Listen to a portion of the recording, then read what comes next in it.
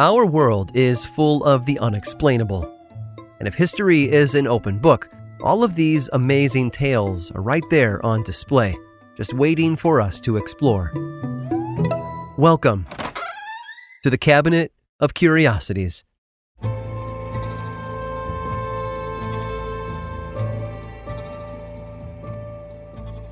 Coincidences happen all the time. If you've taken a tour through the Cabinet of Curiosities before, I'm sure you've noticed a few. Tales of unexpected meetings, or people in the wrong place at the wrong time. Sometimes those coincidences are just that, the unintended consequences of a random choice lining up with a specific moment. No premeditation, no effort. These things, as some might say, just happen. And sometimes the coincidence we find ourselves in is a little too perfect, almost as if fate had been planning it all along. That's how 17-year-old Erskine Eben might have described what happened to him. Erskine was a teenager in 1975.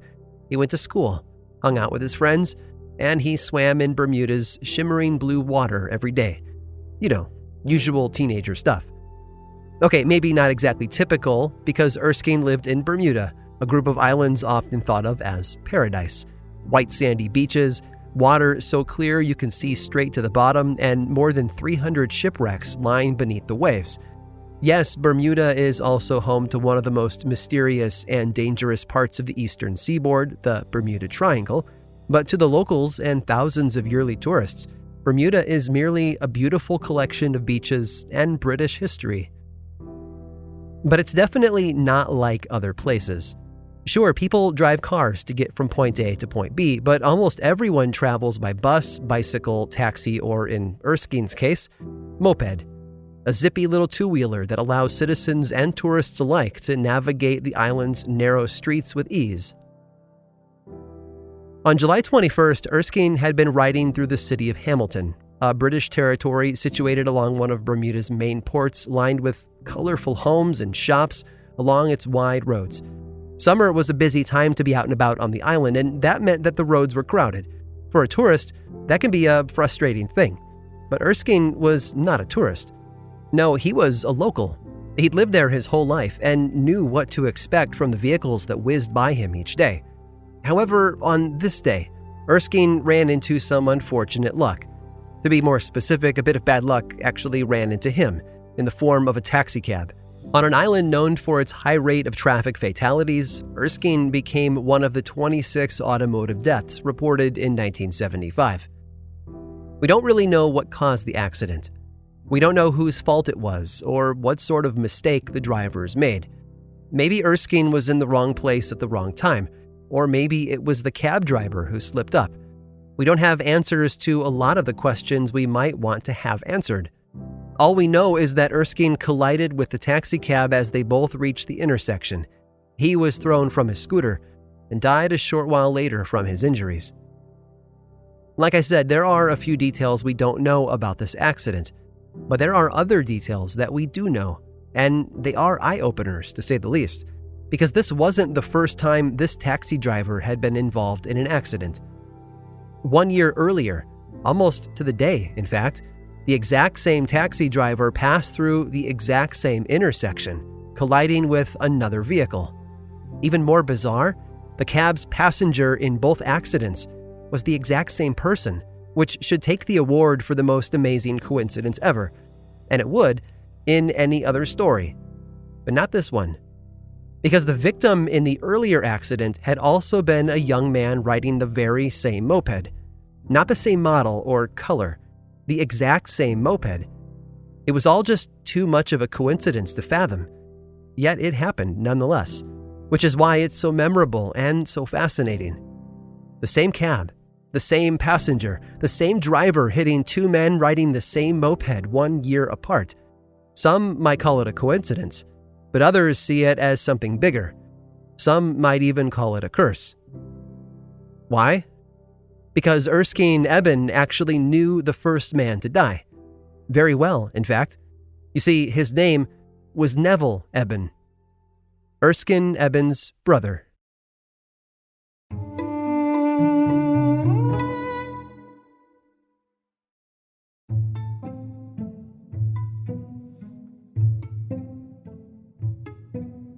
Variety may be the spice of life, but I like to think that there's something comforting about routine. Routine is familiar. It keeps us on track, focused even. Routine can be the difference between exercising daily or gaining 10 pounds in a month. Routine can also be the difference between life and death. For the choir members of the Westside Baptist Church in Beatrice, Nebraska, routine was key to their daily lives.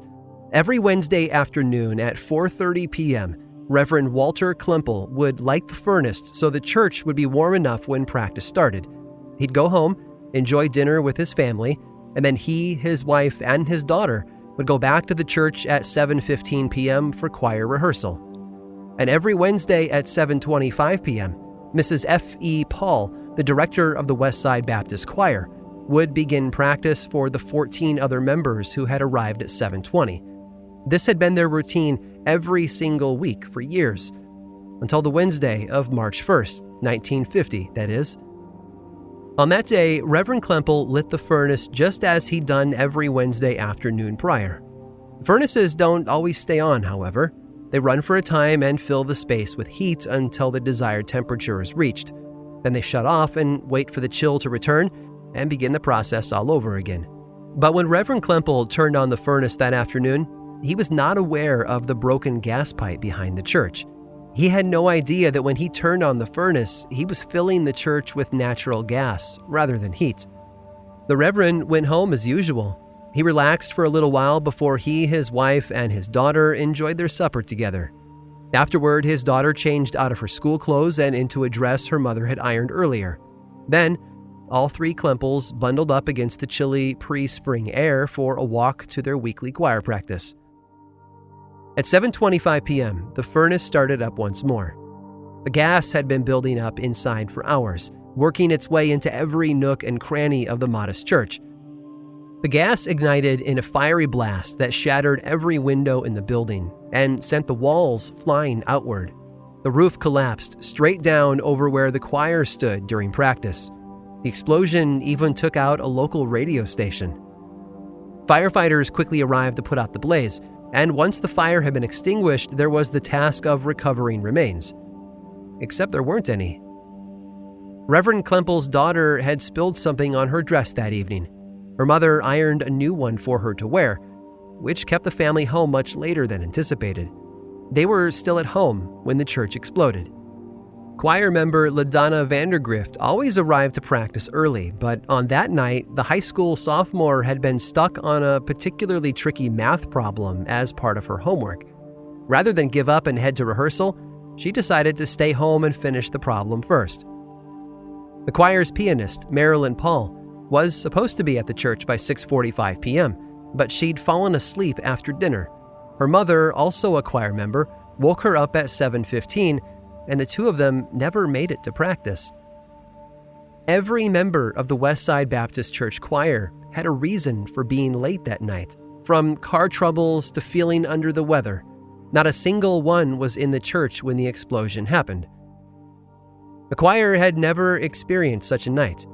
I don't mean the explosion, which was definitely a first, but an evening when each person had been running late, a once-in-a-lifetime occurrence. Definitely a break in the routine. Call it a miracle, or a divine intervention, or even the luckiest of coincidences. But you have to admit, this may be the only occasion of a choir performing at its best because it couldn't keep proper time. I hope you've enjoyed today's guided tour of the Cabinet of Curiosities. Subscribe for free on Apple Podcasts or learn more about the show by visiting curiositiespodcast.com. This show was created by me, Aaron Mahnke, in partnership with How Stuff Works. I make another award-winning show called Lore, which is a podcast, book series, and television show, and you can learn all about it over at theworldoflore.com. And until next time, stay curious.